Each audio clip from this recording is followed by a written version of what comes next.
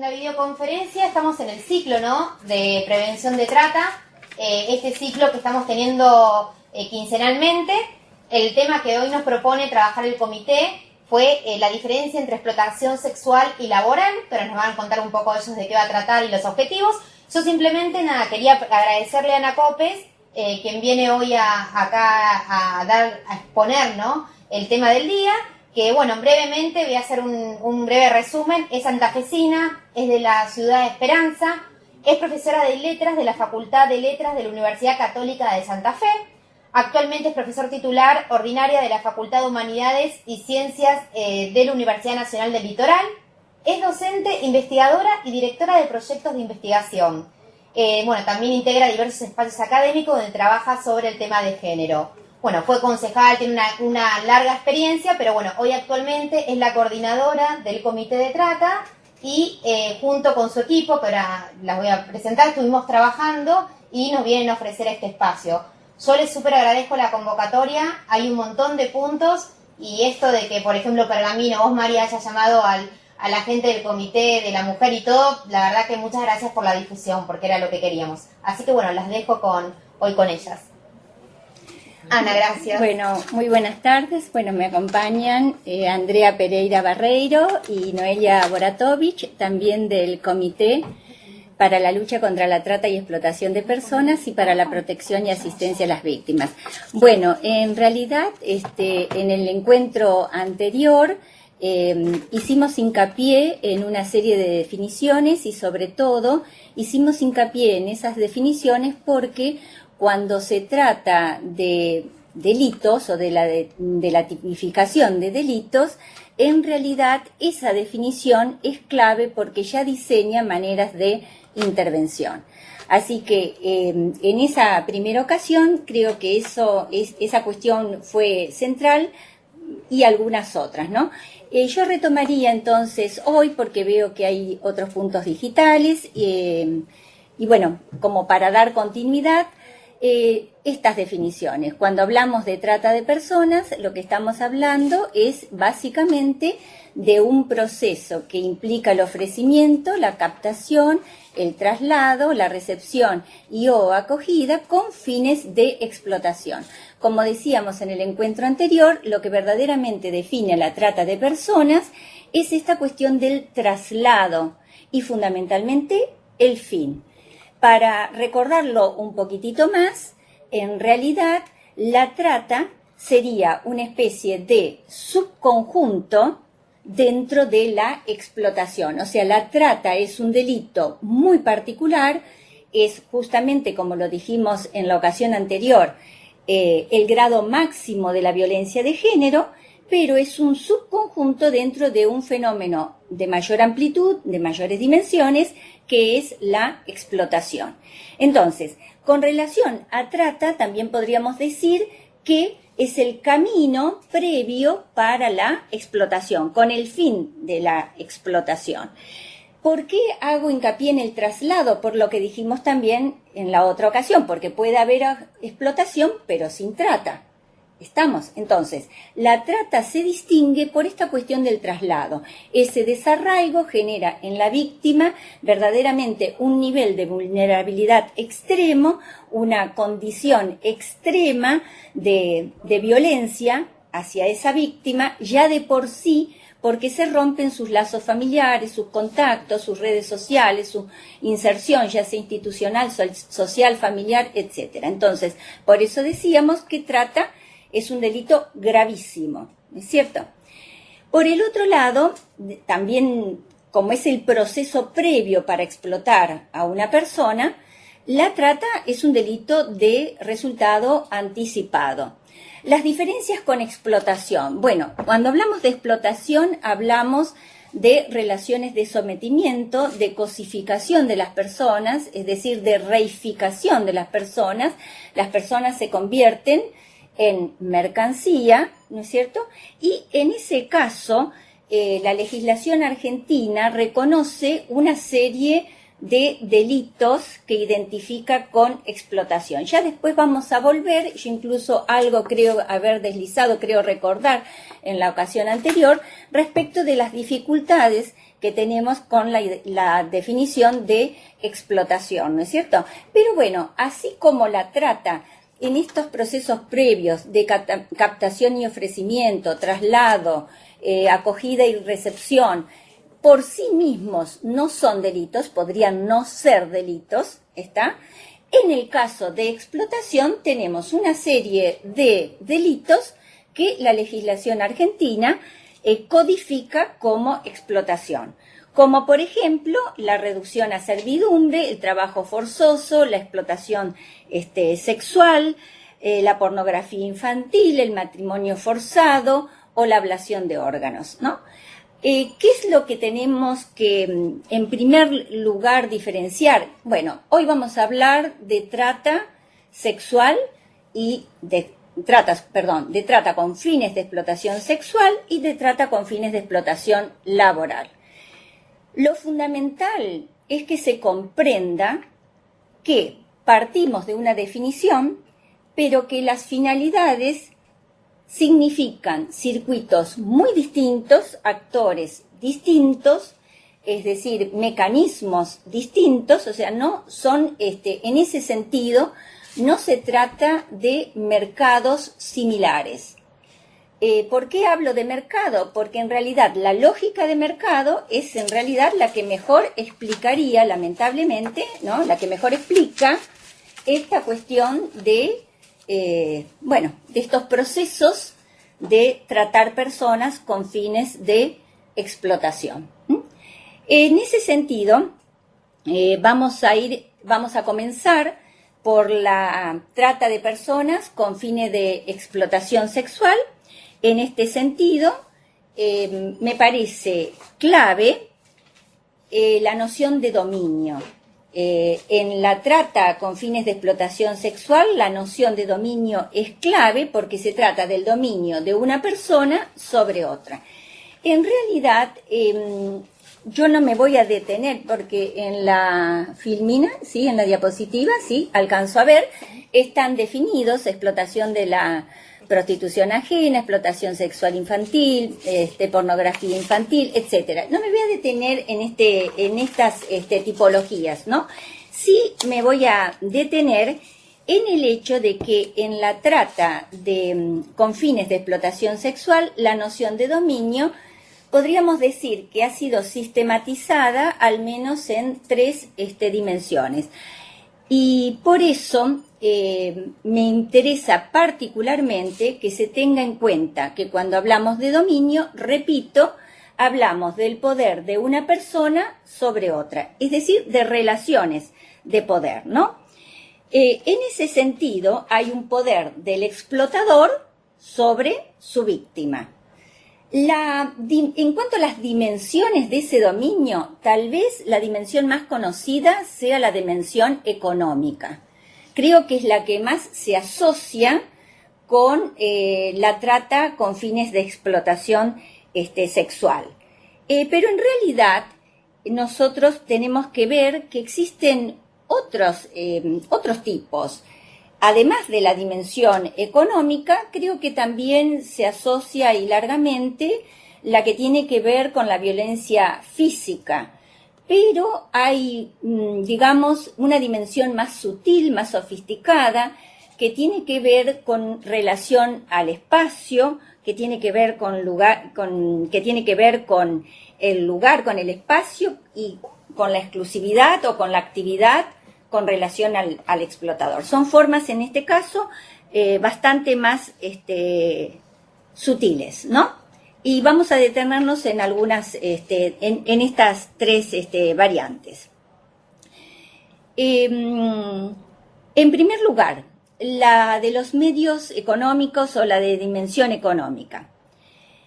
Nos referimos en este caso, después vamos a hablar brevemente de los actores, a lo que se conoce vulgarmente como porcentaje. Creo que una de las cuestiones más claras o más conocidas tiene que ver con que el explotador se queda con un buen porcentaje, por no decir muchas veces con todo, el dinero que se produce a expensas de la víctima. Obviamente que el hecho de no disponibilidad de dinero, de retaseo del dinero, de ver su propio dinero, es clave en todo este tipo de relación de sometimiento, ¿no? Que tiene que ver con explotación sexual, con estas relaciones de sometimiento que tienen, digamos, que vulneran los derechos esenciales de las víctimas. Es un indicador bastante también habitual por parte de la justicia argentina para identificar explotación, y en este caso explotación con fines de explotación sexual, ¿no? Trata, perdón, con fines de explotación sexual. Una de las cuestiones que también quisiera hacer referencia con relación a los medios económicos tiene que ver con la deuda. No se olviden que la víctima es engañada, generalmente ese es el medio más utilizado en Argentina, lo dijimos en la ocasión anterior, es engañada, trasladada, bueno, ese traslado implica un costo, la primera deuda se genera ya con ese costo. Es llevada entonces al lugar de explotación, después vamos a referirnos un poco a los lugares, pero en realidad es llevada a ese lugar y allí comienza, mejor dicho, este endeudamiento que ya comenzó continúa con una serie de endeudamientos, que el costo del pasaje que ya se adeuda, que la comida, que la ropa, que la disponibilidad de la cama, que los exámenes médicos. O sea, en realidad la víctima lo que va haciendo es acumular deudas tras deudas a lo que se le suma también todo un sistema de multas, ¿no es cierto? Multas por llegar tarde al salón, multas porque hubo quejas de los clientes, multas porque discutió con sus compañeras, es decir, entra en un circuito.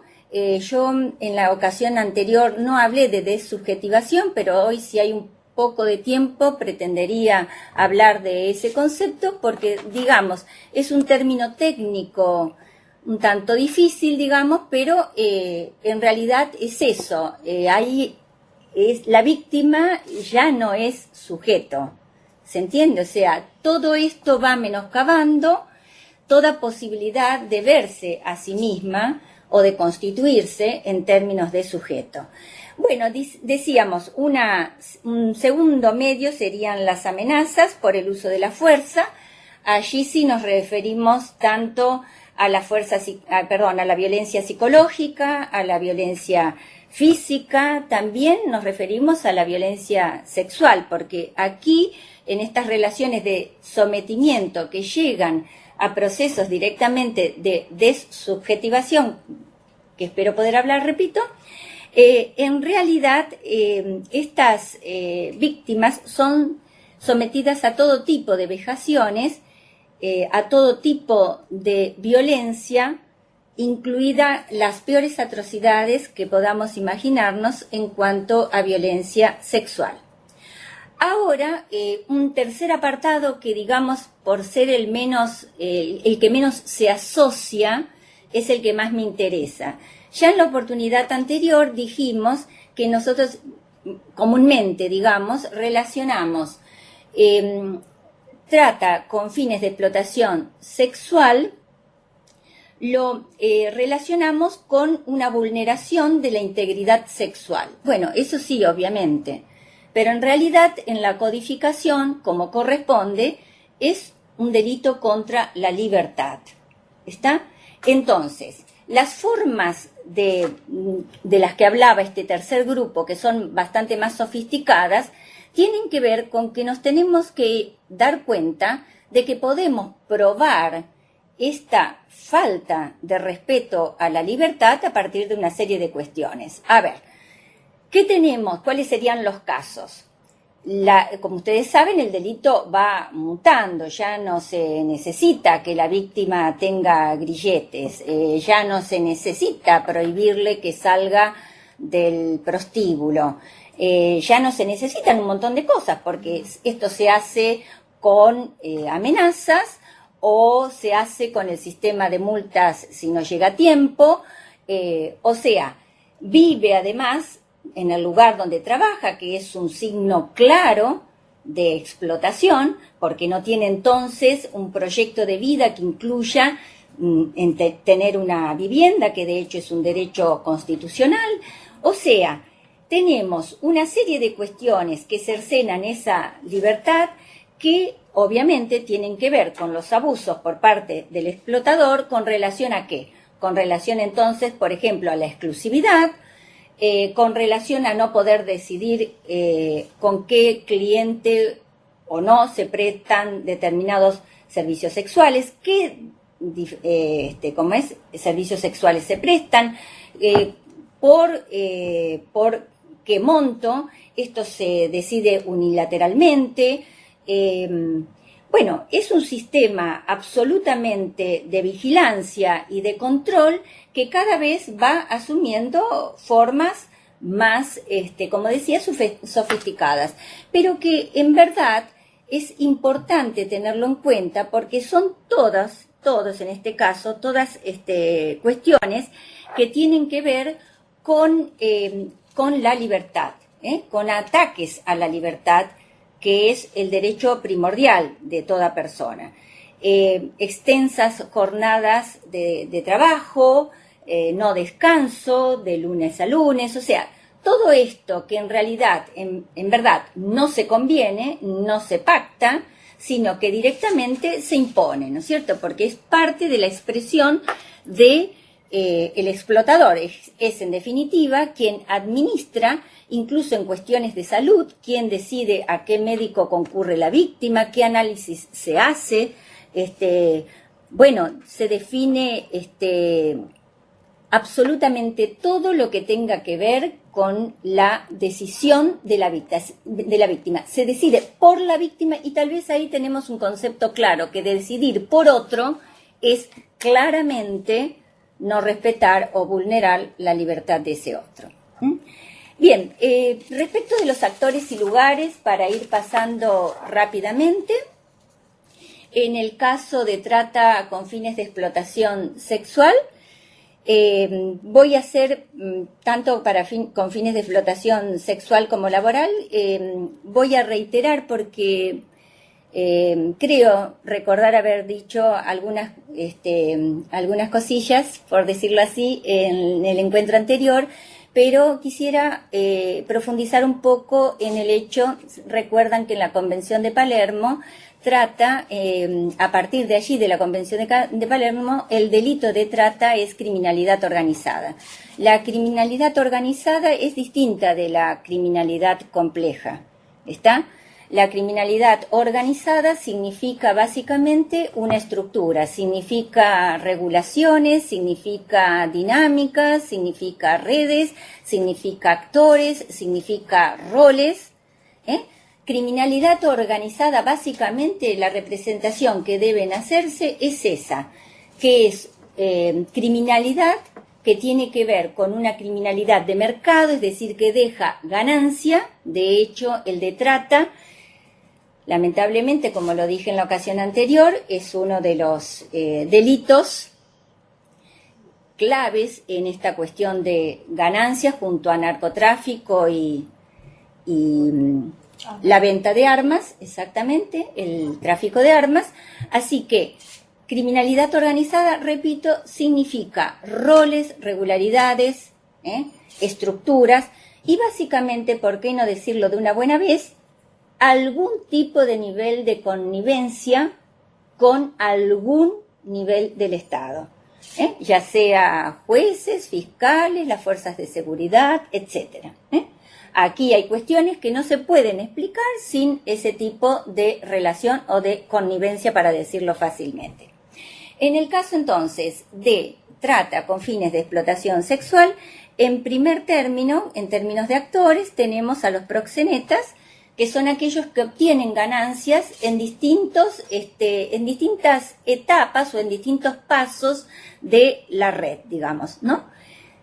Obtienen ganancias de esta manera, porque en realidad cada actor va ganando algo, menos la víctima, obviamente, que es a expensas de la víctima.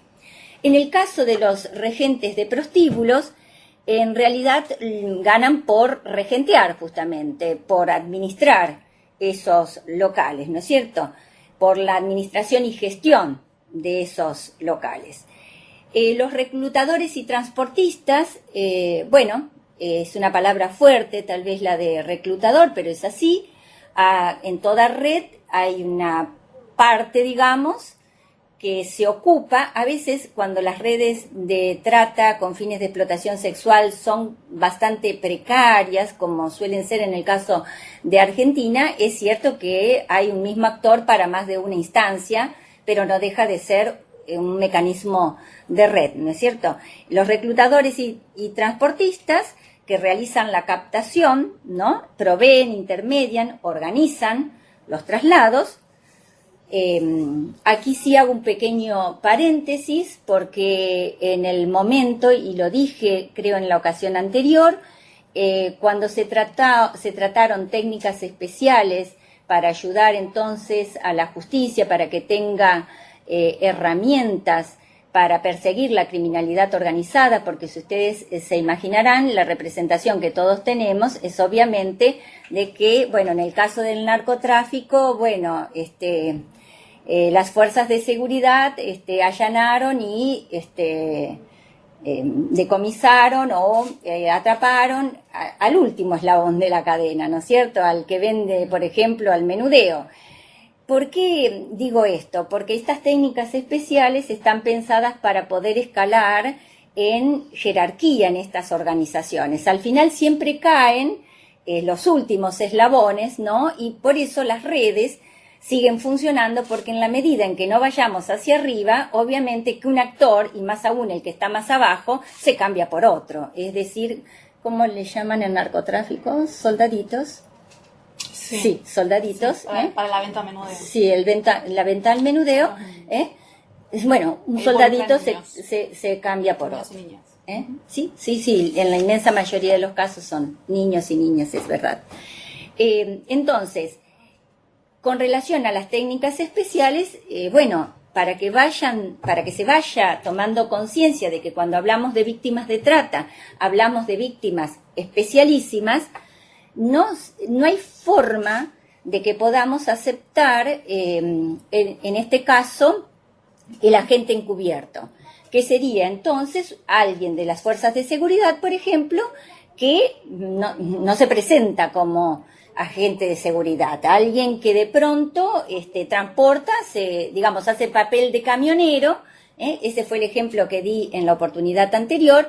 De ninguna manera. ¿Por qué en el caso de trata no podemos hablar de técnicas especiales en términos de agente encubierto? Sí podríamos hablar en términos de arrepentido, por ejemplo, pero no de agente encubierto, porque en todo momento hay contacto con la víctima. Y por lo tanto, si hay contacto con la víctima, si usted no es parte de la red, lo que tiene que hacer, antes que nada, sea quien sea, es denunciar. No hay forma de que esto sea posible, aceptar mecanismos que sigan haciendo que las víctimas sigan siendo víctimas porque vamos por el rescate de otras víctimas. ¿Está? Esto no es posible. Los clientes de la red, que bueno, como hablamos de mercado, ustedes saben perfectamente que la lógica de mercado se mueve por la demanda. Usted puede ofrecer lo que quiera, pero si no se compra, la dinámica del mercado no se mueve, ¿no? Y finalmente, que lo nombré al pasar, la connivencia de funcionarios públicos o de algún nivel del Estado. El caso símbolo, que no es el caso típico del que hablábamos en la ocasión anterior, que es el de Marita Verón, sí o sí en el caso de secuestro, todos sabemos que hay vínculos directos, ¿no? En el caso de secuestro, hay vínculos directos con algún tipo de nivel del Estado.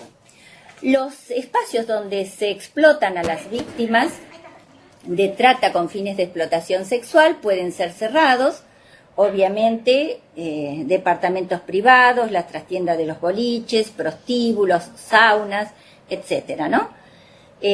Allí se da el encuentro, se da el pago y se da la explotación sexual. O sea, todo en un mismo lugar. Pero esto también puede tener otra dinámica.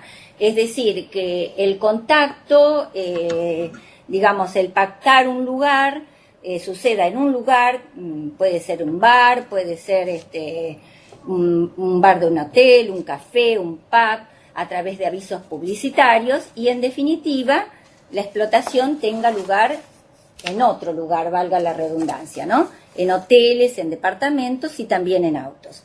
Los prostíbulos en Argentina están prohibidos hace muchísimos años, por eso ustedes habrán visto que ahora se llaman whiskerías, cabaret, nightclub, o sea, en verdad las palabras tienen ese poder, ¿no es cierto?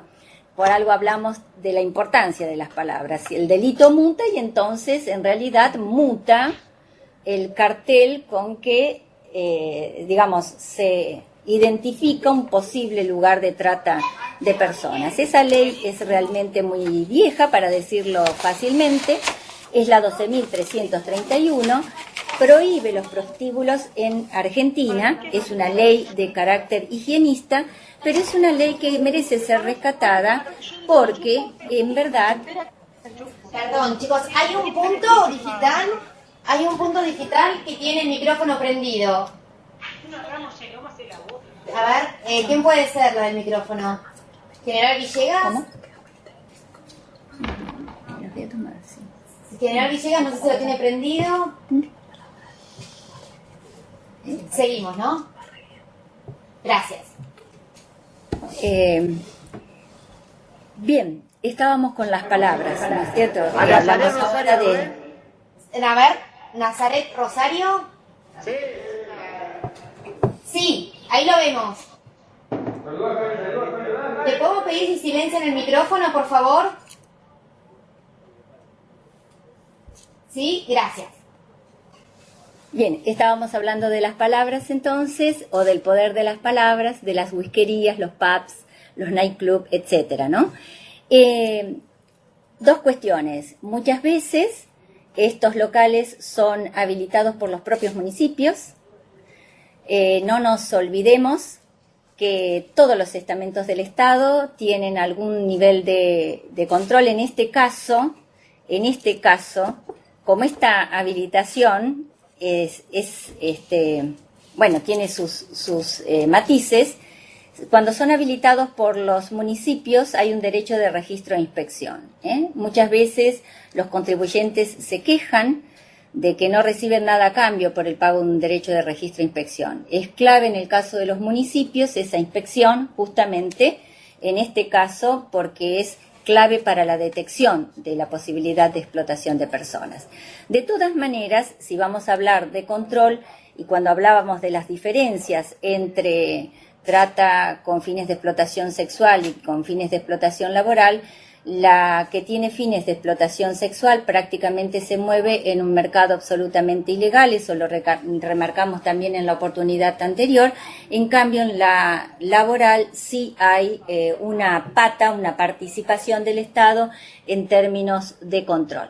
Y también cuando interfirió el sonido, estaba diciendo que en realidad esta vieja ley higienista, la 12.331, también es una ley interesante, más allá de su visión higienista, ¿no? Porque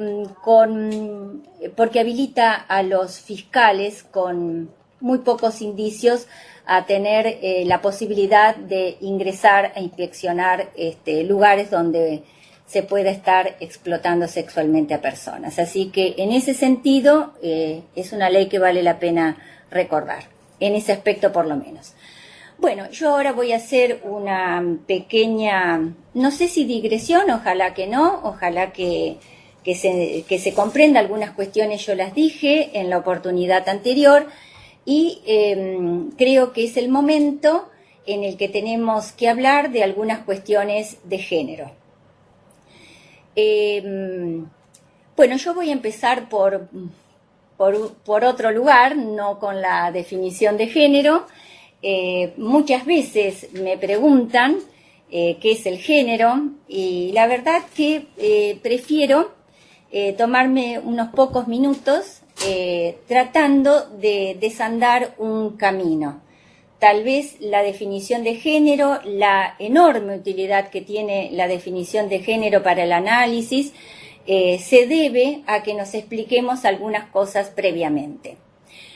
Yo entonces empezaría, y como aquí tengo a una colega que es licenciada en Ciencias Políticas, empezaría por una larguísima tensión dentro de la teoría política, que es la tensión entre libertad e igualdad.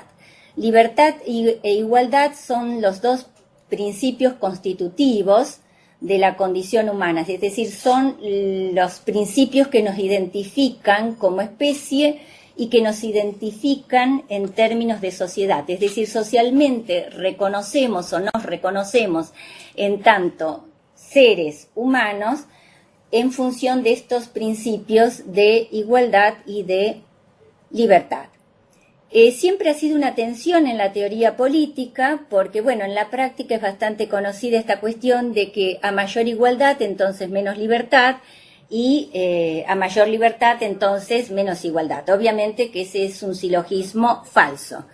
Pero más allá de que este sea un dilema falso, a mí lo que me interesa es que se comprenda que si identificamos a la igualdad como lo esencial al ser humano y que las sociedades deben tender a la igualdad, es porque de hecho no somos, o mejor dicho, somos, al revés, lo voy a decir en positivo, es porque de hecho todos somos distintos, diversos. O sea, si la tendencia debe ser a la igualdad, eso ya presentifica que somos todos distintos. La igualdad entonces no es algo que nos es dado. La igualdad es un esfuerzo, es una construcción de civilidad, es una construcción de cultura. Por lo tanto, son conquistas que todos seamos iguales ante la ley, iguales para elegir o para ser electos, iguales para acceder a una vivienda, para acceder a la educación o para acceder a los bienes culturales. O sea, en definitiva es una paradoja, porque la igualdad nos representa como especie, pero en realidad resulta que no es una condición de la especie. Es ante todo una larga y una intensa lucha en la que, como les recordé en la ocasión anterior por parte de una amiga feminista, no toda batalla es victoria para siempre. A mí me parece que para poder explicar la categoría de género, podríamos entonces desandar esta cuestión paradojal de que la igualdad o la libertad, voy a trabajar con igualdad, pero libertad estamos en el mismo razonamiento, ¿no? De que la igualdad nos identifica como especie, pero resulta que es algo que tenemos que luchar, no nos es dado, lo tenemos que construir, ¿está? En la consecución, entonces, de la igualdad, se libran una serie de batallas, obviamente, contra la desigualdad. Y esto, por lo menos, nos tiene que abrir los ojos respecto de una cuestión que es central.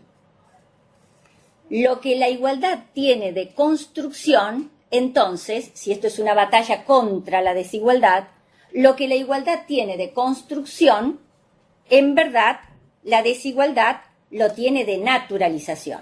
¿Se comprende? Si la igualdad es una construcción de cultura, quiere decir que la desigualdad podríamos decir que la traemos. Está naturalizada. O bien, la desigualdad en la práctica es más constituyente de las identidades, especialmente de las identidades otras, ya vamos a volver sobre eso de las identidades otras, que la igualdad en la teoría, en la voluntad, en el deseo. Yo todo esto que estoy diciendo, lo estoy diciendo con todo respeto. Digamos, estoy tratando de capitalizar mi experiencia para explicar género con algunos malentendidos respecto de género. Y me parece que la vía es no ir a la definición de género, sino explicar alguna cuestión antes, porque tiene nada más ni nada que ver, menos que ver que con la constitución del ser humano. Desandar el camino, entonces, es desandar esta problemática, supone recuperar la utilidad de algunas categorías. La de imaginarios sociales, de la que yo hablé ya también en la ocasión anterior, es clave. Los imaginarios sociales, que son representaciones, creencias, valores, etcétera, básicamente son narrativas que se van forjando en las sociedades y se van fijando a lo largo de los siglos en la cultura. Esos imaginarios sociales nos atraviesan. Ahora bien, esos imaginarios sociales están indeleblemente unidos, obviamente, ¿a qué? A cómo percibimos el mundo. Es decir, que si yo tuviese que desandar el camino, antes que ir a ver las representaciones que tenemos en nuestra sociedad respecto de lo masculino o lo femenino, por ejemplo, de lo público o de lo privado, me estaría preguntando por el sistema perceptual. Y en realidad este sistema perceptual es clave que entendamos de una vez que el sistema perceptual está ligado al binarismo, es decir, está ligado a un binarismo, a un 2, es decir, que percibimos un 2 y que en ese sistema perceptual, al percibir un 2, en realidad ya se habilitan lo que diríamos es las clasificaciones, las jerarquías, las asimetrías. Toda asimetría tiene que ver con el poder. Si les parece, porque tal vez voy a tener que hacer algunos gestos, sacamos un momentito la diapositiva. Esto es lo que están viendo las personas, ¿no es cierto? Entonces me siento más cómoda, me parece que de verdad que le estoy hablando a alguien. A ver, algunas cosas las he dicho en la ocasión anterior, las retomo, veo que hay gente nueva. Me interesa sobremanera este sistema perceptual porque decía, en ese sistema perceptual en realidad se juega la clasificación del mundo, se juegan las jerarquías, se juega el sistema categorial, las categorías con las que entendemos el mundo. No solamente con las que entendemos el mundo, en definitiva las categorías con las que producimos conocimiento, producimos un saber acerca de ese mundo. ¿Por qué me parece fundamental que se entienda que el binarismo es constitutivo del sistema perceptual? Porque ese binarismo es un binarismo genérico, y lo voy a decir entonces al revés. No es que el género es binario, es que el sistema perceptual está atravesado por el binarismo. ¿Está?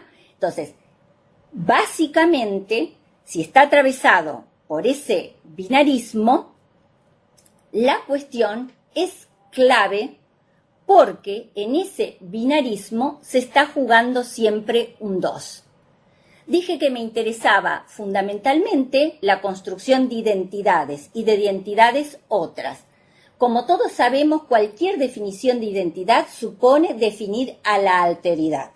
No hay definición de identidad si no hay alteridad. Para decirlo más fácilmente, yo me constituyo yo en función de que hay un otro, que no es yo. ¿Está? Entonces, cuando nuestro sistema perceptual abstraigamos, ¿no?, que está atravesado por ese binarismo genérico, distingue, es decir, percibe distinto, y no está mal que perciba distinto, porque todos, repito, somos distintos, todos somos diversos. La cuestión es que ese sistema perceptual atravesado genéricamente, cuando percibe distinto, muchísimas veces, naturalmente, vamos a decirlo así, porque esto está codificado en nuestro ADN histórico sociocultural, como lo expliqué en la otra ocasión, no es que percibimos así, yo y otro, sino que percibimos así. Y esto es dos, pero en otra disposición. En una jerarquía, toda jerarquía supone asimetría, toda asimetría supone un juego de poder. ¿Estamos? Y de esto sabemos... Algún punto digital que tiene el micrófono abierto, pero no sé sin querer. No sé quién.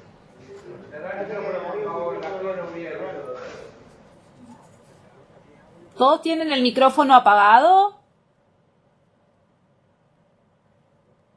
Sí, seguimos, si no. Trato de hablar un poquito más fuerte y ya está. Sí. Bueno, yo en la ocasión anterior dije, bueno, pensemos en, por ejemplo, en el lexema indio, ¿no?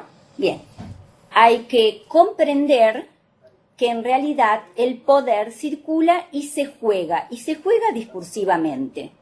Si el yo solo puede identificarse como yo en función de un otro, en verdad, el acto que funda Latinoamérica, que es la discursivización del indio, ningún indio se hubiese llamado indio a sí mismo, ¿está?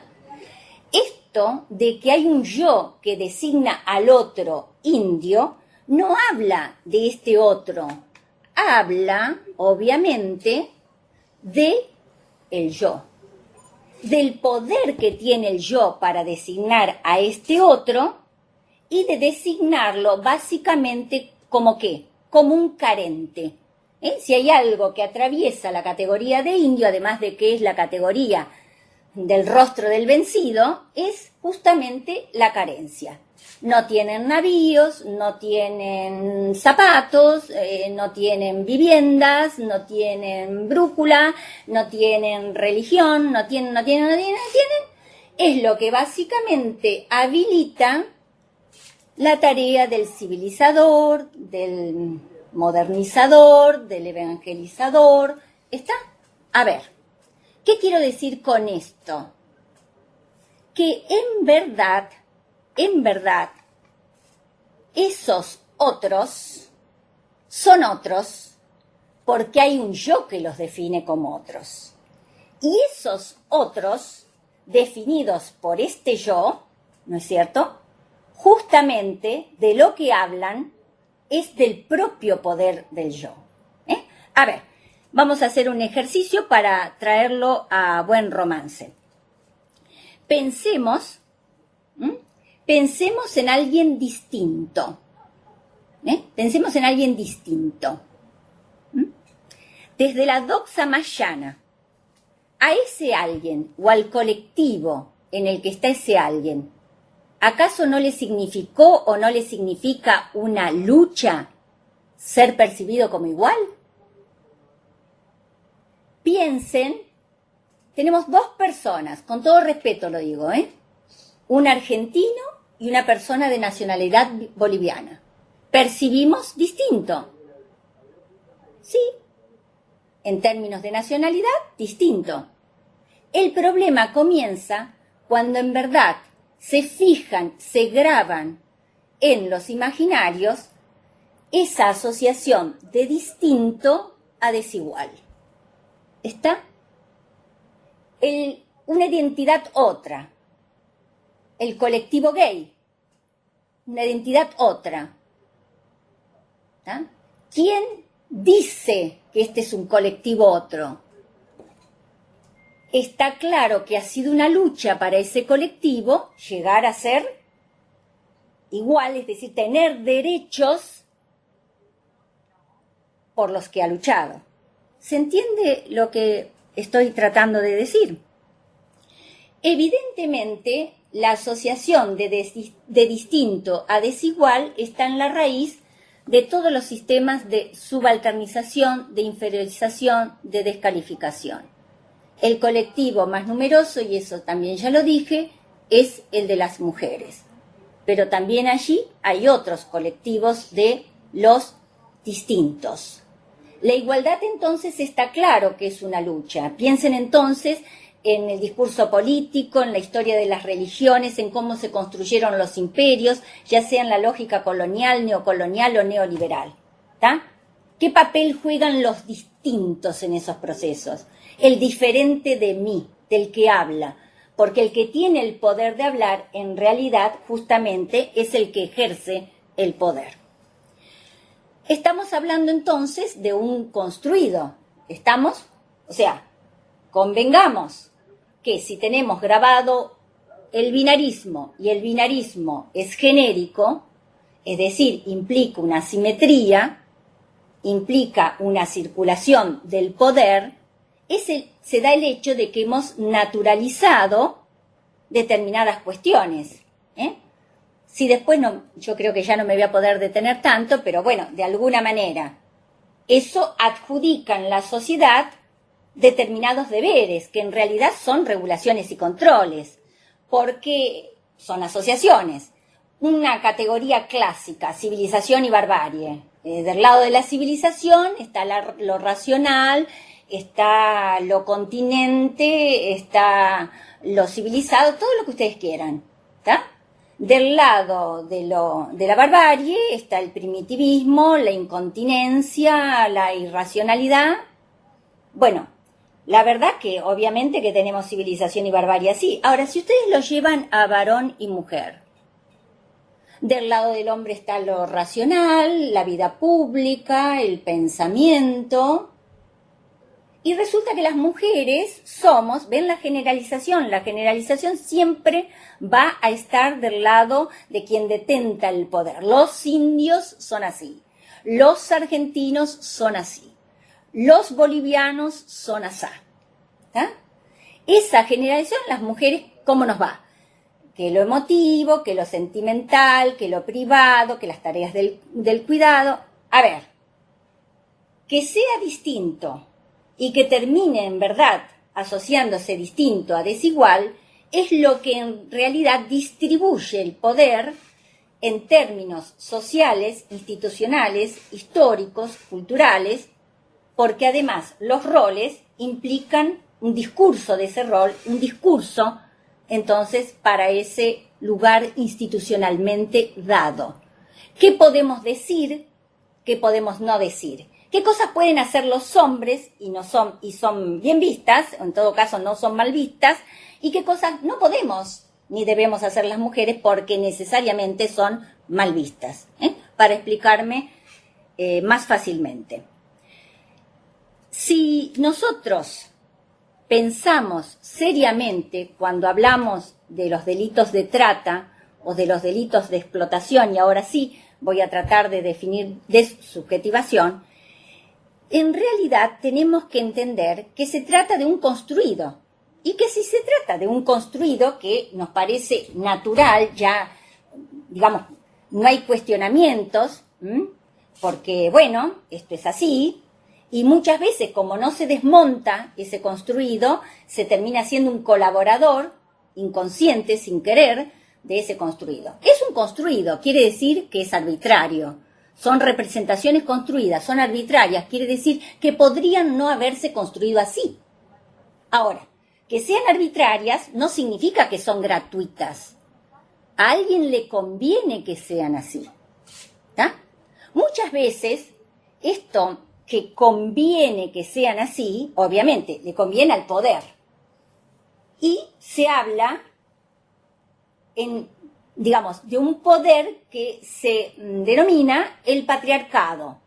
Bueno, yo estoy de acuerdo hasta por ahí nomás con lo de patriarcado, porque la O habla de lo masculino, y la verdad que estas cuestiones tienen que ver con el atravesamiento del patriarcado, de una lógica patriarcal en la constitución de estas representaciones.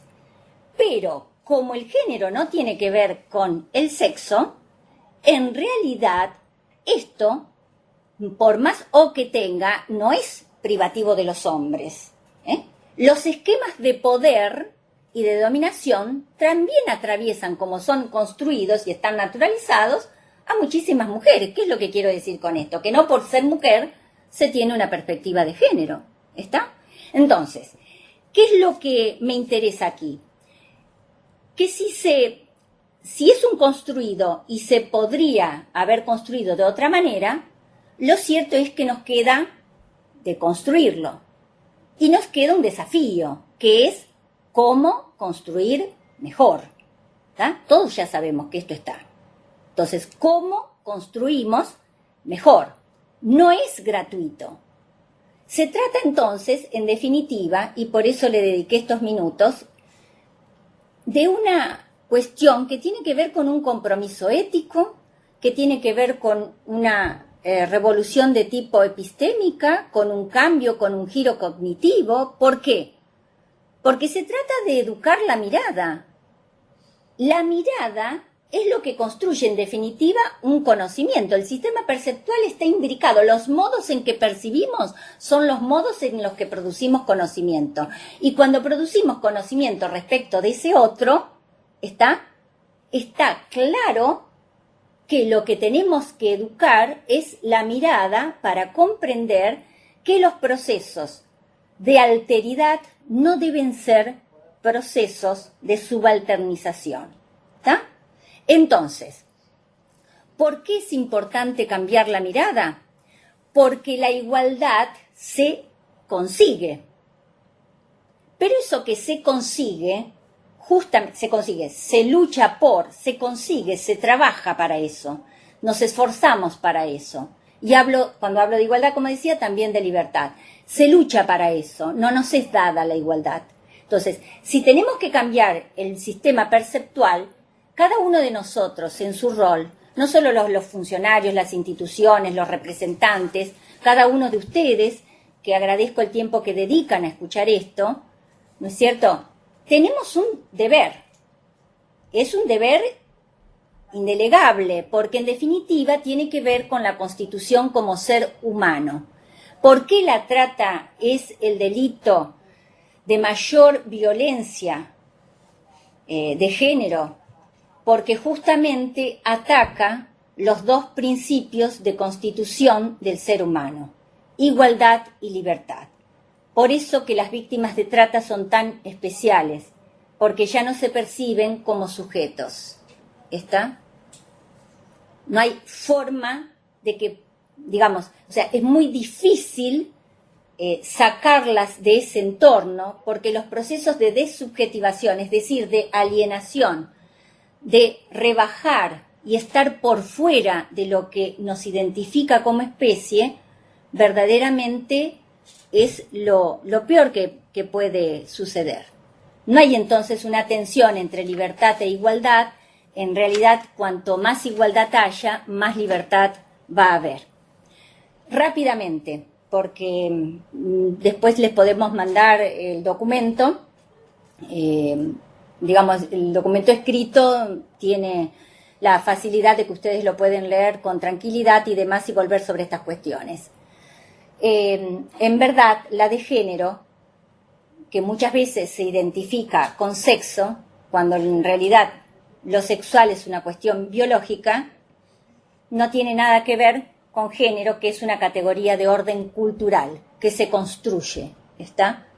No es una categoría menor porque es un universal de pensamiento. Cuando pensamos en el mundo occidental, pensamos genéricamente, construimos conocimientos atravesados por la perspectiva de género y por eso tanto la CEDAW como la Convención de Pará, como la Convención de Palermo, han insistido en que la legislación justamente tenga perspectiva de género. Porque tener perspectiva de género justamente significa darle lugar al hecho de que aquí no todos los colectivos son iguales, hay muchos que todavía están luchando por esa igualdad y se debe atender justamente, atender y tender a dar las condiciones para que esa igualdad verdaderamente se concrete, se materialice. O sea, para, no sé si les parece de agregar algo, si queda claro con relación a género. No. Después tenemos un espacio, digamos, al final, que ustedes pueden hacer preguntas. La de género, obviamente, si en la trata con fines de explotación sexual, el universo prácticamente en su totalidad son mujeres, bueno, se entiende el hecho de que sean mujeres de que la mayoría sean adultas argentinas, le siguen las paraguayas y lamentablemente, también hay que admitirlo, hay un número importante de menores, de niñas, entre 15 y 17 años, en este caso de nacionalidad argentina, ¿no? Es clave que se comprenda que la de género es una categoría útil para el análisis que nos permite que desleer las relaciones sociales, culturales, afianzadas, pero que tienen que ver con las diferencias. Y con las diferencias, no cualquier diferencia, la diferencia que tiene que ver con las asimetrías que permiten entonces un juego de poder. ¿Por qué digo esto? Tal vez no tuvieron la oportunidad de ver un explotador que se siente con derecho, tiene tan naturalizado el lugar del poder, que no percibe, tiene obturada la percepción a tal punto de que cosifica a una persona. ¿Está? Obviamente, no solamente perdemos a una persona, también esta otra, la categoría del sujeto, está en discusión, obviamente, ¿no? ¿Ah? Es el lugar del poder absoluto, ¿no? Si les parece, entonces seguimos, salteo estas cuestiones y vamos a la trata. Sí, bueno, si vuelven a la anterior, después nosotros esto también se lo vamos a pasar, ¿no es cierto?, al PPT. Bueno, ¿sí? ¿A cuál querías volver?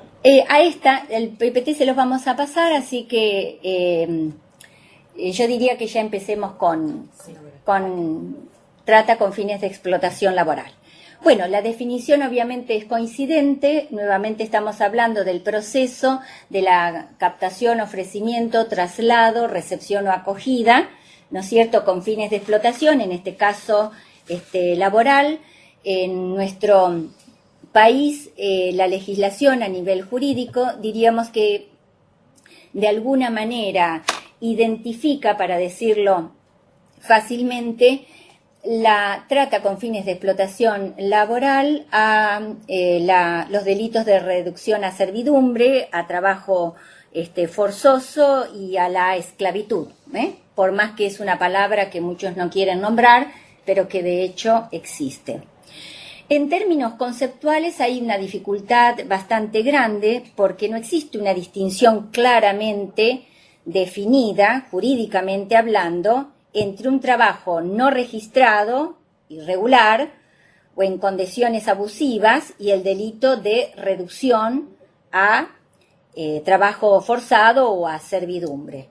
En este sentido, me permito leer: no todo trabajo en negro y mal pago es una situación de servidumbre, o práctica análoga, aunque sí refleje una ilegalidad para las normas laborales.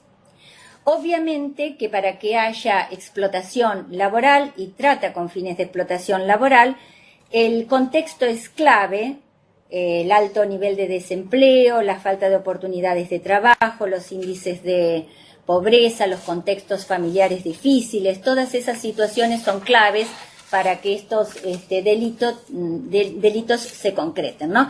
Voy a ir entonces directamente a una guía, a una serie de indicadores, ¿no?, que ha preparado la Protex, es decir, la Procuraduría, la Fiscalía, experta en trata y explotación de personas. En este caso, para esa detección y para una mejor investigación y por lo tanto sanción de estos delitos, vamos a seguir esta guía y nos vamos a detener en 3 de las variables. La primera es la del salario. El salario es clave. ¿Por qué? Porque en el caso de la explotación laboral, ¿qué va a buscar el explotador? La mayor ganancia, la mayor productividad, ¿estamos?, con la menor remuneración. Entonces, esa es la clave del mercado. Como decíamos, no hay líneas precisas entre la ilegalidad, la irregularidad y la condición de reducción a servidumbre o trabajo forzoso. Pero sí, entonces hay que prestar sumamente atención al hecho de la cuestión del salario. ¿Por qué?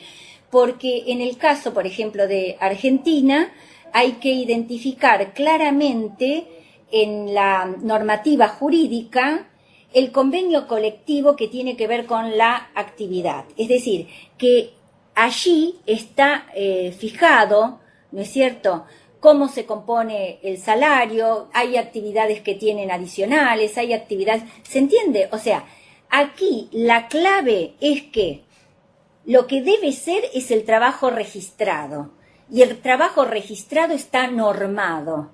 Y en esa norma, el salario, es decir, la percepción de una remuneración por un trabajo, está codificada de acuerdo con la actividad de que se trate.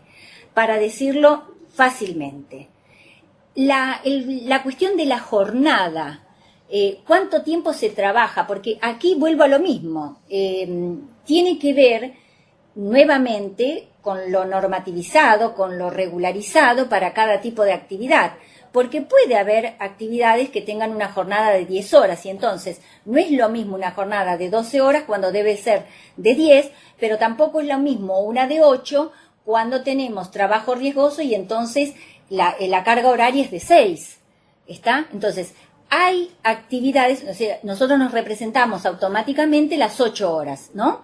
Pero hay actividades que normativizan esa jornada. Eso también es clave. Y el contexto, prácticamente, lo dije al comienzo, el contexto tiene que ser tenido muy, muy, muy en cuenta, ¿no es cierto? Porque lo estamos viendo en estos momentos, ¿no?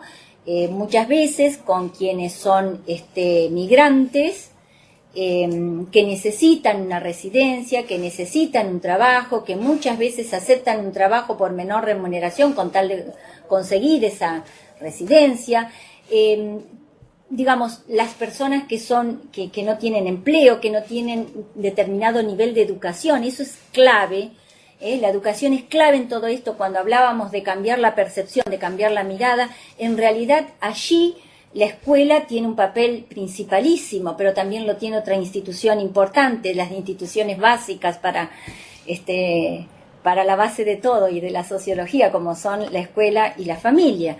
O sea, en esto es clave tener en cuenta el contexto, registrar muy bien el contexto, porque en ese contexto muchas veces está justamente la oportunidad de, digamos, de que las personas caigan siendo víctimas de trata, en este caso con fines de explotación laboral. Y es más, no sé cómo decirlo fácilmente, pero se da muchas veces que la necesidad imperiosa de un trabajo hace que las personas acepten condiciones indignas, las acepten, es decir, hay que ser muy cuidadoso y en eso sí tenemos una responsabilidad quienes tenemos funciones públicas, en que las víctimas realmente tengan la posibilidad de reconocerse como víctimas. Eso es central en el tipo de capacitación que brindemos y en el tipo de campaña que hagamos llegar. Los actores, bueno, rápidamente, los reclutadores o transportistas, los cuadrilleros en el caso de explotación laboral agraria, rural, los encargados o capataces, claves en ese orden jerárquico, y obviamente los empresarios, ¿no? Que bueno, cuando hablábamos de las cadenas de menor a mayor en la jerarquía de la organización de la red, ¿no es cierto? Aquí hay estamos hablando de responsabilidades, cada vez que vamos hacia arriba, una responsabilidad mayor. Sin embargo, no justamente tenemos la imagen de que las condenas o las sentencias pasen justamente por los eslabones, jerárquicamente hablando, más altos, ¿no? Son aquellos entonces los empresarios los que imponen condiciones de trabajo, en definitiva, que digamos, hacen de esto la configuración de una situación de explotación. Dos palabras con relación a las actividades. La trata con fines de explotación laboral se da, por lo menos en Argentina, en dos actividades claramente identificadas: la agraria o rural y los talleres textiles. En términos generales, las provincias con mayor número con relación a estos delitos son, bueno, la Ciudad Autónoma de Buenos Aires, la provincia de Buenos Aires y la provincia de Entre Ríos. En el caso de, bueno, también tiene que ver con una cuestión poblacional, ¿no es cierto?, con promedios. Si vamos a hablar de promedios, yo dije el mayor número, pero si vamos a hablar de promedios, estamos en otra lógica, ¿no es cierto? Y allí ustedes identificarán otras provincias, otras áreas, con relación a estos dos tipos de actividades de las que estoy hablando. En cuanto a los talleres textiles, el mayor número se da en el sur de Cava y en el primer cordón del conurbano bonaerense. La actividad rural siempre históricamente ha sido, o la explotación de corte en la actividad rural siempre ha sido históricamente invisibilizada por las distancias, invisibilizada porque no hay, digamos, en esa distancia, en ese alejamiento de los medios urbanos, también hay, aparte de una vulnerabilidad preexistente, que es otra de las características claves para el delito de trata y explotación, en realidad no hay un verdadero conocimiento, ¿no?, de los derechos por parte de las personas que son explotadas. O sea, las distancias, la lógica consuetudinaria, el hecho de que se repita, es a lo largo del tiempo, bueno, va naturalizando todo este tipo de prácticas, ¿no? En el caso de en el caso de la explotación rural, bueno, ya vimos un videíto al comienzo que tiene que ver con alertar en este sentido. Hay cuestiones como la remuneración, el hecho de que también hay todo un sistema de endeudamiento, ¿no es cierto?, porque te traje hasta acá, porque te doy dónde vivir, dónde estar, dónde dormir, en condiciones absolutamente indignas. O sea, en esto la lógica del endeudamiento también aparece. Aparece también la lógica del endeudamiento, por supuesto, en el caso de los talleres. En este caso, la mayoría son extranjeros, la mayoría pertenece a la República Plurinacional de Bolivia. Las explotaciones se dan en uno y en otro caso por parte de connacionales, ¿está? Eso también es una cuestión, digamos, clave en lo que estamos hablando. Y bueno, para ir cerrando estas cuestiones rápidamente, en el caso de la trata y explotación en el ámbito rural, hay una ley que hay que recordar, la 26.727 del régimen de trabajo agrario, que regula las condiciones laborales de los trabajadores rurales, la registración, los requisitos para asegurar al trabajador, las condiciones de la vivienda, la alimentación, el traslado, la fijación del salario mínimo, etcétera, etcétera, ¿no es cierto?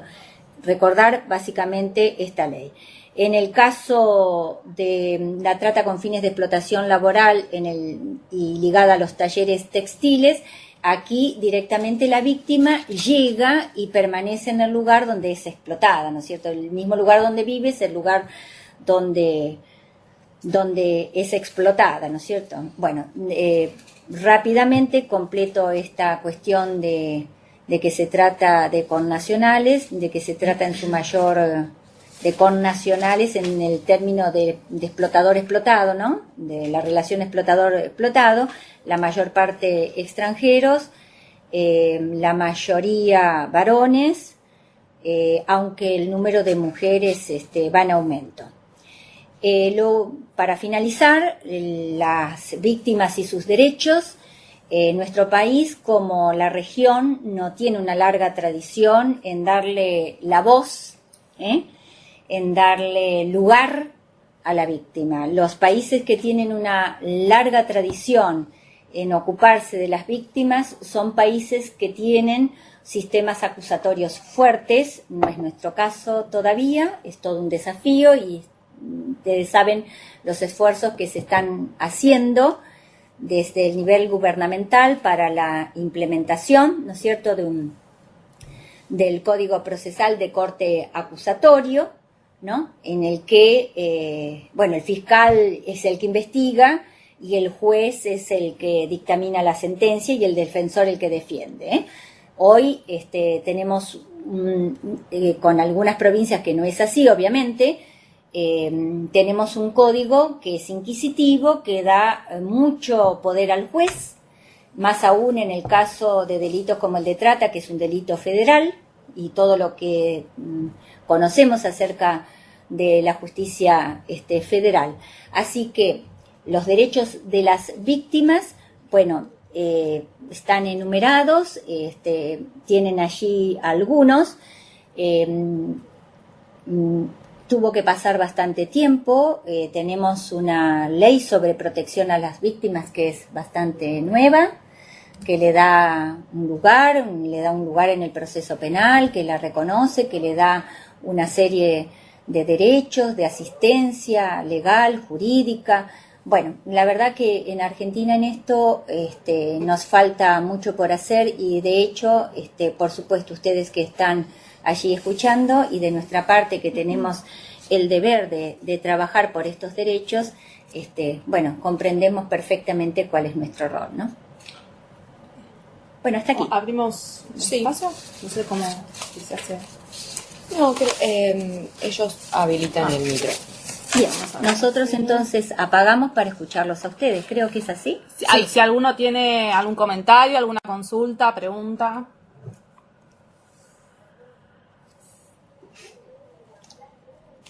Hola, ¿Pergamino?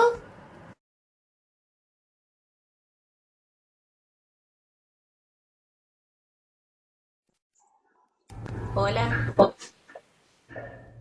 ¿cómo están? Ahí se escucha. ¿Se escucha? Sí, perfecto. Hola, buenas tardes, ¿cómo están? Acá estamos con gente de la Dirección de la Mujer, que está muy interesado en el ciclo de videoconferencias de trata, nos pareció muy interesante. Florencia, ¿querés aportar algo? Sí, nos pareció muy interesante y nos gustaría saber si van a estar disponible el PowerPoint o no sé, las diapositivas que tenían para pasarla al equipo.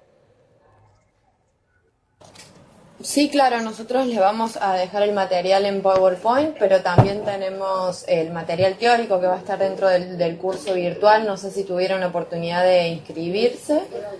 Si no, vamos a estar difundiendo una segunda aplicación del curso para que puedan anotarse y puedan extenderlo. De cualquier manera, invitamos a la próxima videoconferencia que va a ser de acá a 15 días, el 31 de mayo, y que está destinada a agentes de salud. Entonces, también queríamos difundirlo y queríamos comentárselos para que lo puedan difundir en sus lugares, digamos. Sí, acá ellos desde la Dirección de la Mujer están haciendo un trabajo muy minucioso en cuanto a lo que es charlas de prevención, charlas de trata, de violencia de género. Acá en Pergamino se está trabajando mucho con el tema. Buenísimo. Nos pareció muy interesante y por eso nos gustaba tener también el material y ver de poder aportar. Sí, creo que no hemos trabajado mucho sobre el concepto de violencia. Si la violencia está tan naturalizada, lamentablemente, tiene que ver nuevamente, volvemos a lo mismo, la violencia tiene que ver con ese sistema perceptual que, como está atravesado genéricamente, tiene que ver con una asimetría. En la medida en que la percepción esté atravesada por esa asimetría, vamos a tener violencia, porque esa violencia tiene que ver justamente con una distribución del poder. Esa distribución del poder, que sea democrático, que sea horizontal, en realidad es desandar lo que decía, es desandar ese construido, admitir que esa igualdad se construye y que, bueno, y admitir entonces que si es una lucha contra la desigualdad tiene en la violencia un largo camino de, lamentablemente, de naturalización y de cristalización, ¿no? De hecho, por algo, la violencia es contra las mujeres, ¿no es cierto? Fundamentalmente, es casi todo el universo. Sin embargo, yo reflexionaba y pensaba, a ver, mujeres que cometan delito, no llegan ni al 2%, casi, o sea, del total, ¿no es cierto?, que cometan delitos y que hayan sido condenadas, por ejemplo, personas, mujeres en este caso.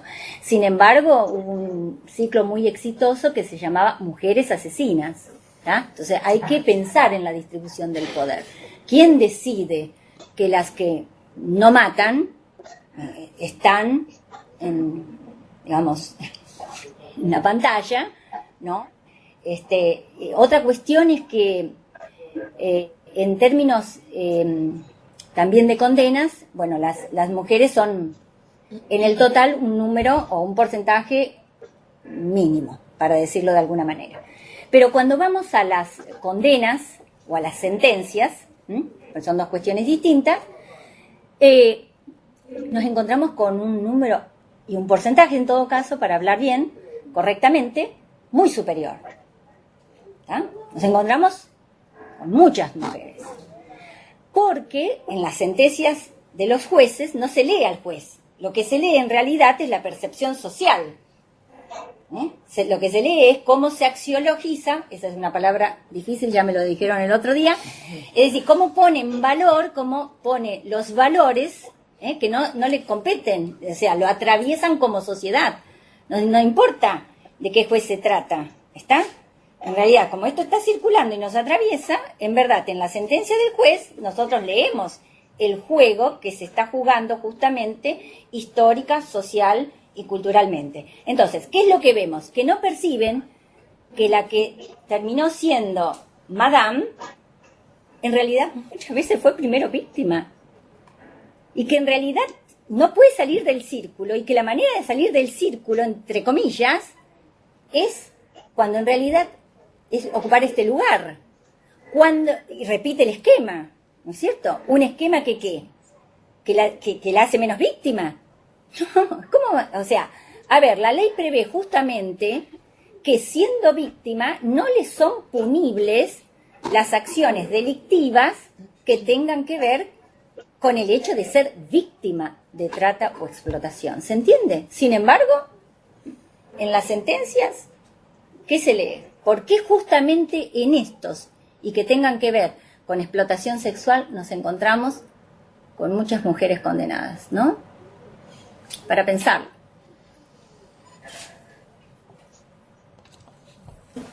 ¿Acá? Sí, buenas tardes. ¿Alguno?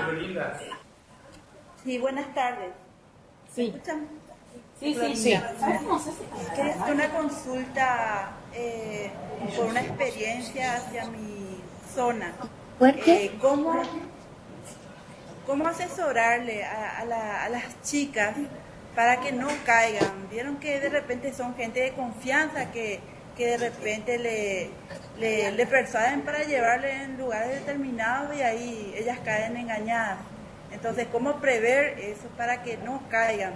Generalmente son mujeres susceptibles, vulnerables. Entonces, ¿cómo asesorarles o cómo prever para que no caigan bajo engaños?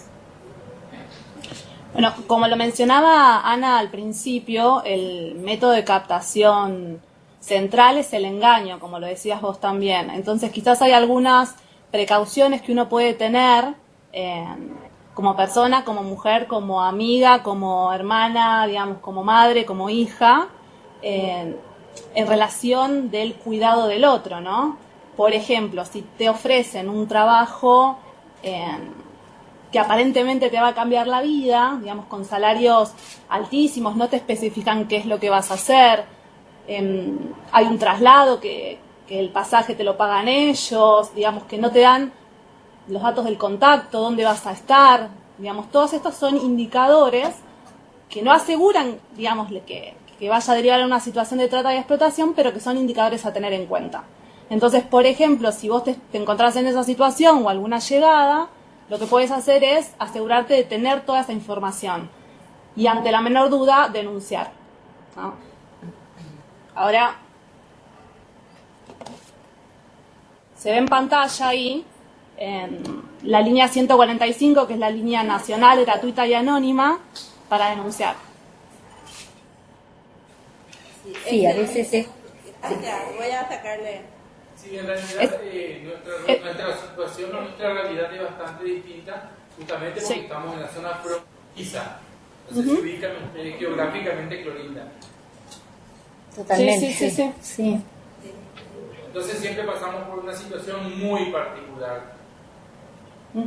Acá divide nada más que el río. Pasás el río y ya estás al otro lado de la frontera, es otro país. Sí, y a veces está esta cuestión de la estrategia cada vez más refinada, de que, bueno, tiene una tía que en el pasado fue a Capital y pudo entonces mandar dinero a su familia. O sea, esta cuestión, ¿no?, del engaño también con experiencias para algunas personas que han sido buenas, ¿no es cierto?, que le han permitido desarrollar un proyecto de vida, pero en realidad en estos momentos obviamente hay que estar muchísimo más alertas, muchísimo más alertas. Muchísimas gracias. ¿Sí podés poner de vuelta la línea en la pantalla y hacer una foto? Gracias. No, por favor. Es importante también resaltar, como lo dice ahí, que la línea 145 es atendida por un equipo formado, profesionalizado, que sabe cómo responder, que sabe qué preguntar, y digamos, no duden en llamar y en hacer las consultas que consideren pertinentes. Digamos, siempre es mejor sacarse la duda, siempre es mejor llamar y hablar con el que sabe del tema antes de guardárselo o no hacer nada al respecto. Sí, acá en Concordia una consulta, por favor. Sí. Sí, buenas tardes, Ana, ¿cómo están? Concordia. Queríamos consultar, sabemos que usted ha presentado un proyecto para modificar la actual ley de trata. ¿Nos podría contar básicamente en qué consistían en esas modificaciones, agregados o sacar unas cosas? ¿Nos contaría nosotros? Sí, bueno, algunas cosas de la tarea, algunas cuestiones de la tarea legislativa. Bueno, una primera cuestión que en verdad es todo, digamos, es todo un tema por este tipo de representaciones de las que hablaba cuando hablaba de que nos constituimos en términos de igualdad y de libertad. En mi opinión, a la legislación le hace falta una buena definición de explotación, la conceptualización del dominio que hace alusión al poder, para mí en esa definición de explotación es clave. Creo que hay mucha resistencia de parte de algunos sectores y eso también en mi actividad pasada lo veía en la Cámara, y por eso digo que las representaciones que tienen que ver con cuestiones de género son culturales y no son propias de varones o de mujeres, ¿no? Explotación, y sobre todo explotación ligado a trabajo sexual, tiene o trata con fines de explotación sexual. Definir explotación se toca con prostitución. Y es un debate que, bueno, no siempre las instituciones o determinados colectivos quieren dar. Yo diría que es un debate que nos debemos, pero que es clave esa definición. O sea, no podemos definir a la explotación ejemplificándola, ¿me entienden? O sea, yo hablé y dije, bueno, explotación tipifica en el caso de laboral, esto. En el caso de sexual, esto. ¿Está? Bueno, ¿por qué no nos detenemos a pensar qué es explotación? La otra cuestión, creo que hay unas cuantas cuestiones más técnicas que tienen que ver, en todo caso, con el consejo, que tienen que ver con el comité que es ejecutivo, el consejo que es federal, los decomisos, como en realidad los decomisos, es decir, aquello que se decomisa de los explotadores, que son todo, es un desafío porque está previsto en la ley, es un desafío que nos queda porque ese dinero tiene que ser aplicado directamente a las víctimas, es decir, no debemos aceptar que, de pronto sean desviados hacia programas de asistencia, ¿no? Tienen que ir directamente a las víctimas. Esa es una de las virtudes de la ley argentina, ¿no es cierto?, que destina todo el producido directamente a las víctimas de trata y explotación. Bueno, es un desafío que tenemos, lo podríamos redactar mejor en la ley, creo que deberíamos redactarlo mejor, cuanto más claro, mejor. Y si también me preguntan, más allá de algunas cuestiones técnicas más, que en mayor o en menor medida tienen su importancia, yo en el encuentro anterior lo dije, la ley de trata, el caso Marita Verón es clave en la sanción de una ley especial para trata y explotación. Y el sobreseimiento de los imputados en el 2012 también es clave para la modificación. Creo que hoy, a prácticamente 6 años, creo que sería importante una modificación, y yo pondría el acento en un concepto que también es bastante, que tiene lo suyo, ¿no?, como discusión, porque cuando hablamos de prevención, hablamos de persecución, hablamos de asistencia y protección, pero no hablamos de reparación. Y a mí me parece que el concepto de reparación para alguien que ha sido rebajado de su condición de humano es clave. Tiene el de reparación toda una discusión detrás. Y yo lo dije el otro día, si como Estado no hemos sido eficientes en prevenir, en perseguir, en investigar, en sancionar, bueno, nos debemos por lo menos reparar, empezando por comprender que se trata de víctimas especialísimas. Si uno también se pregunta cómo se puede reparar esto, bueno, por eso hay que pensar, y hay que pensar en muchas cosas. Aparte de eso, la parte de que están en el proyecto está la parte de los bebés. Se trata como tráfico, ¿en qué se incluye eso? ¿En qué concepto queda? No sé si se me explica. No, la venta de bebés sí, es otro proyecto. Es otro proyecto y no es esta cuestión, ¿no es cierto? Y algo que escuché la palabra tráfico en la conferencia, bueno, o en esta charla, no sé, anterior, dimos la diferencia entre tráfico y trata, ¿está? La trata, hablamos de tratantes, y en el tráfico hablamos de traficantes. Trata, cuidado, tiene que ver con ese proceso previo para la explotación, y lo distingue el traslado.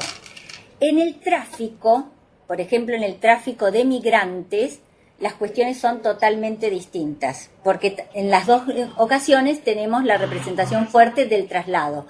En el tráfico de migrantes, que también es un delito reconocido como criminalidad organizada, las cuestiones son muy distintas. En la trata no necesariamente se da un paso de un país a otro, el cruce de una frontera se puede dar entre provincias, se puede dar dentro de un mismo territorio nacional. En cambio, la frontera en el tráfico es clave. Hay un cruce de frontera y hay un cruce ilegal. La persona que migra en realidad tiene en general un tratamiento cara a cara con aquel que facilita ese paso, que sea, en condiciones irregulares, pero que es su voluntad. El migrante voluntariamente quiere migrar y acepta hacerlo irregularmente, y hay quien le facilita el hacerlo irregularmente. En un caso, en el de trata, tenemos un delito contra la libertad, y en el otro caso, bueno, tenemos una infracción al código migratorio en todo caso. Son cuestiones muy distintas, ¿no? En cuanto a lo que hablabas recién de lo que es reparación, porque siempre queda en todas las charlas que se habla de trata y tráfico, y más que nada una parte de explotación sexual y a la víctima cuando se la recupera, tan víctima grande, chico, el que sea. Siempre me quedó la duda de cómo es eso que vos querés, que estabas diciendo en tema de reparaciones. Cómo llegás a qué se aplica para poder ayudar a esas personas. Porque, o sea, eso debe ser un proceso largo, mucho más largo que todo el tema de recuperación, si no, me parece. Totalmente. Una distinción que tal vez les pueda ayudar. La asistencia en el Programa Nacional de Rescate, que realmente funciona muy bien, depende del Ministerio de Justicia. Es decir, el Ministerio de Justicia va a los allanamientos y el contacto con la víctima no lo tienen las fuerzas de seguridad, sino que lo tienen personas especializadas. Es decir, cuando la justicia, ordena un allanamiento, lo comunica, y entonces las personas del programa de rescate van a esos allanamientos y hacen una primera asistencia. Esa primera asistencia en realidad es muy buena en Argentina, es muy buena en la región. Digamos que nosotros podemos de alguna manera, diría, mostrarlo al mundo. Funciona muy bien, ¿tá? La cuestión es que esa asistencia va hasta la primera declaración, y esa primera declaración es clave porque todos sabemos lo importante que es esa primera declaración, y sobre todo que los procesos luego, en los juicios orales y demás, no asistamos nuevamente o no pongamos a la víctima en el lugar de la revictimización, ¿tá? Entonces el Programa Nacional de Rescate asiste hasta esa primera declaración. A partir de allí existen una serie de dispositivos disponibles, pero que tenemos el desafío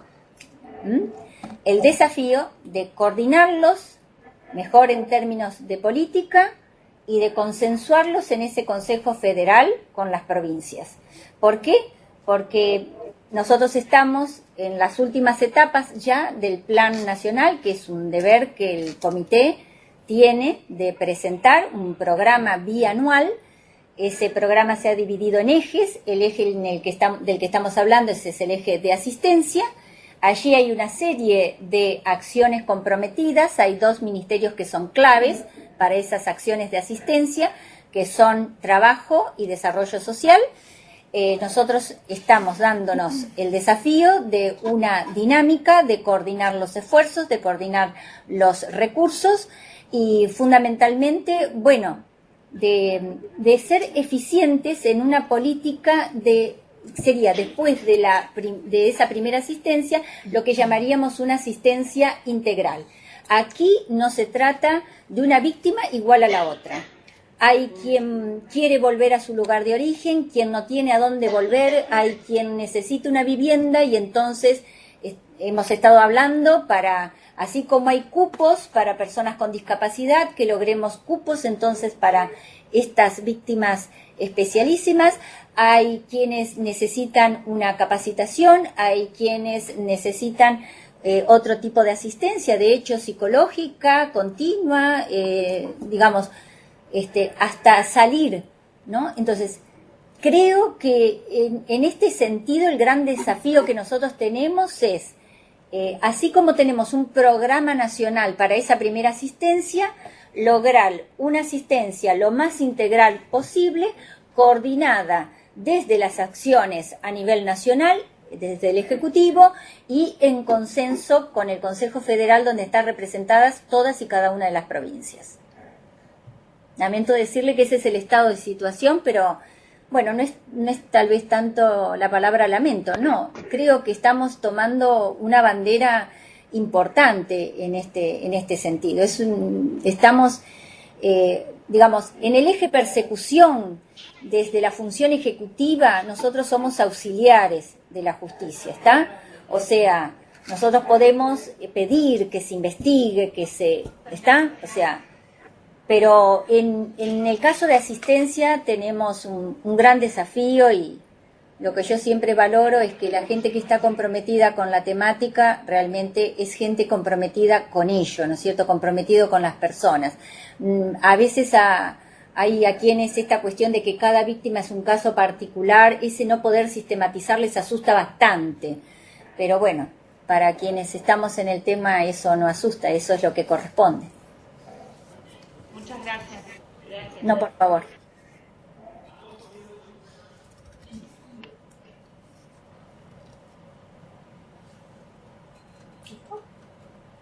¿Alguien tiene alguna consulta, duda o comentario más?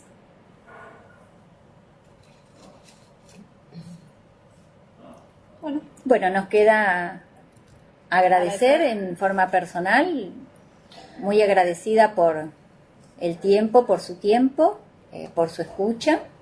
Bueno, y ojalá les haya resultado claro, si no trataremos de hacer algún esfuerzo. Recuerden que en 2 semanas damos una nueva videoconferencia, la tercera de este ciclo. Sí, buenísimo. Excelente, la verdad que fue muy esclarecedora y aguardamos la próxima. Muchas gracias. Muchas gracias. Bueno, muchas gracias también a Noelia y a Andrea. Les queremos recordar que hoy se abre el aula virtual para que puedan empezar a navegar en lo que es lo que va a ser el curso virtual de las herramientas básicas en trata de personas.